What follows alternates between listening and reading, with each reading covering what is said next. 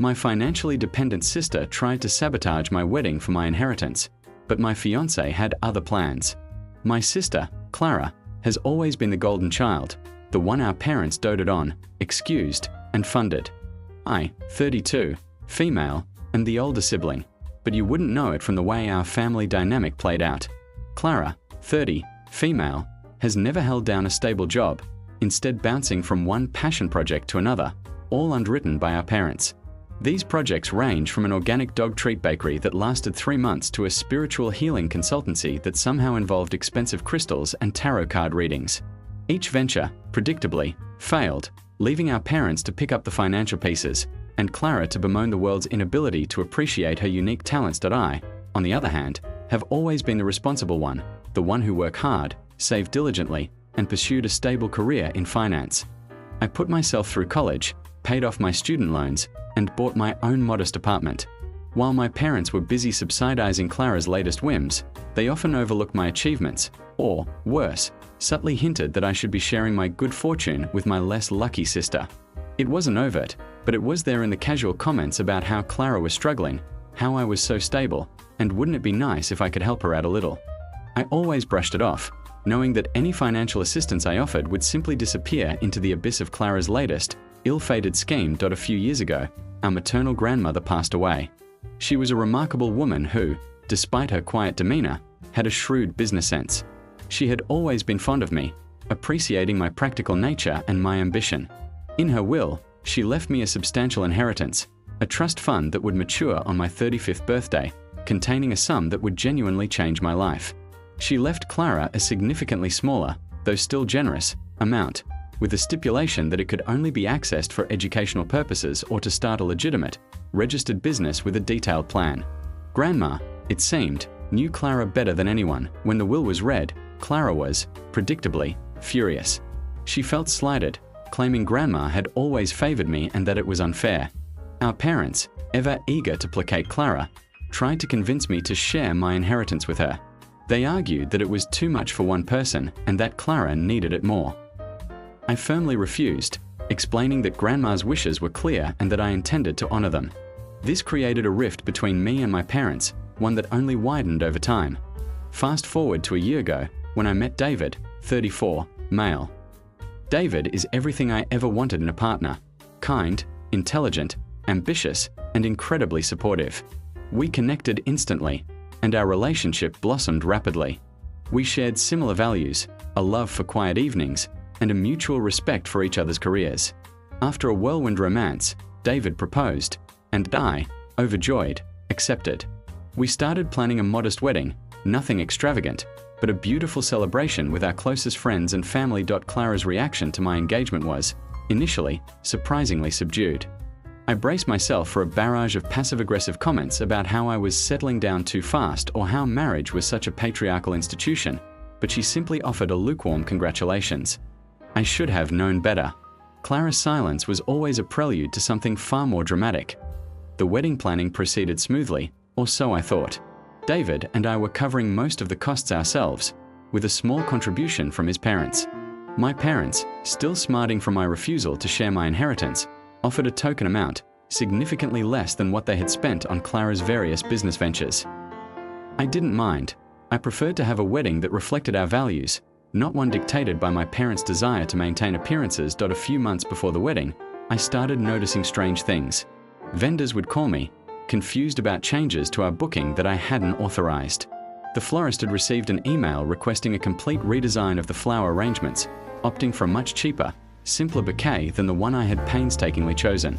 The caterer informed me that the menu had been altered, removing several of our preferred dishes and replacing them with generic, less expensive alternatives. Each time, I had to scramble to correct the mistakes, apologizing profusely to the vendors and trying to understand what was happening. First, I suspected a glitch in the online booking system or a rogue email. But as the incidents piled up, a chilling thought began to form in my mind. Someone was deliberately trying to sabotage my wedding. The changes were always designed to either save money or downgrade the quality, making the wedding appear less grand, less perfect. I confided in David, who, with his calm and analytical mind, immediately took the matter seriously. We went through all our wedding-related communications, looking for anything out of place. It was David who noticed a subtle pattern. The unauthorized emails and calls often came from an IP address that, while masked, seemed to originate from our general geographical area. More importantly, the tone and phrasing in the emails requesting changes bore a striking resemblance to Clara's casual, often slightly condescending, communication style. "Do you think it could be Clara?" David asked, his voice low with concern. My heart sank. I didn't want to believe it, but the evidence was stacking up. The motive was clear: Clara's resentment over my inheritance, her ongoing financial struggles, and her inherent jealousy of anyone else's success. She knew about my trust fund, knew it would mature soon after the wedding, and perhaps, in her twisted logic, thought that a failed wedding would somehow diminish my standing and, consequently, my claim to the money. Maybe she hoped I would be so distraught that I'd just hand it over to her. It was a desperate, childish, and incredibly cruel plan that we decided not to confront her directly yet. We needed proof.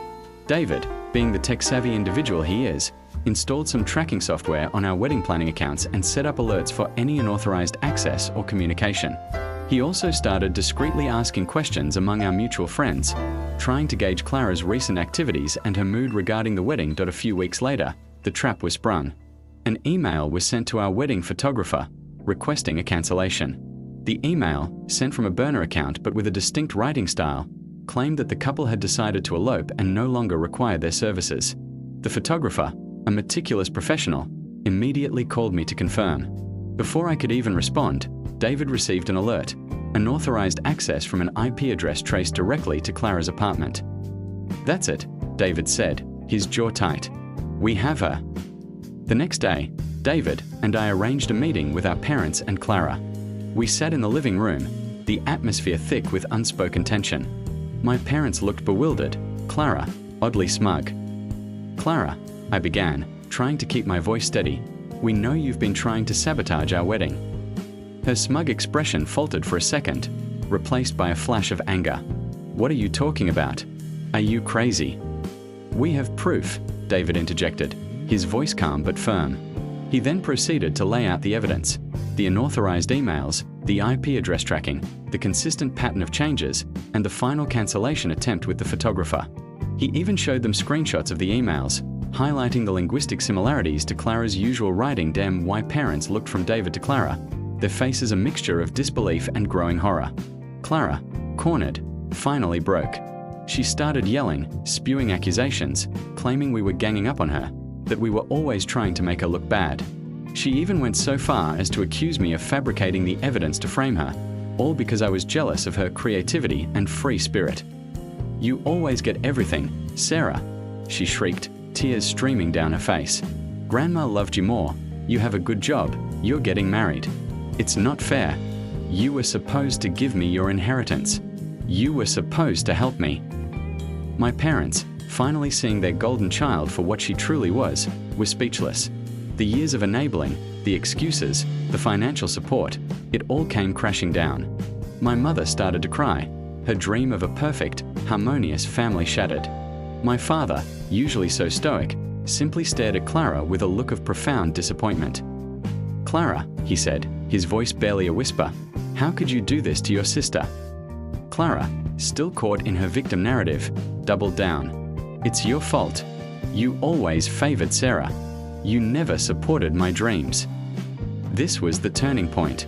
My father, his face hardening, finally saw through her manipulative act. "No, Clara. We supported your dreams to the tune of hundreds of thousands of dollars. We enabled your irresponsibility. And this is how you repay us? By trying to ruin your sister's happiness." The meeting ended with Clara storming out, threatening to never speak to any of us again. My parents were devastated, but for the first time, I felt a sense of relief. The truth was out, and Clara's destructive behavior was finally exposed. My parents apologized profusely to me and David. They admitted their role in enabling Clara and promised to set new boundaries with her. They also offered to cover all the remaining wedding expenses as a gesture of apology and support. It was a bittersweet moment, a long-awaited acknowledgement of their past mistakes, but also a painful realization of the damage Clara had inflicted. The wedding itself was beautiful. David and I exchanged vows surrounded by love and joy. My parents were there, looking genuinely happy for us. Clara, predictably, did not attend. She sent a text message to my mother the day before, stating that she couldn't bear to witness such a sham. We barely noticed her absence. The aftermath with Clara has been difficult. She has continued to try and manipulate my parents, but they are finally holding firm. They have cut off her financial support, insisting that she find a job and stand on her own 2 feet. Clara, naturally, is furious, but her tantrums no longer have the desired effect. My relationship with my parents is slowly healing. We are having honest conversations, something we rarely did before. They're trying to make amends, and I appreciate their efforts. For my inheritance, it's safe and sound, maturing beautifully. And I'm married to an incredible man who stood by me through all the drama. I learned a valuable lesson about family, boundaries, and the true meaning of support. Sometimes, the hardest truths are the ones that ultimately set you free. And sometimes, the golden child shine eventually wears off, revealing the true colors underneath. I don't know what the future holds for Clara, but I know that my own future is brighter than ever.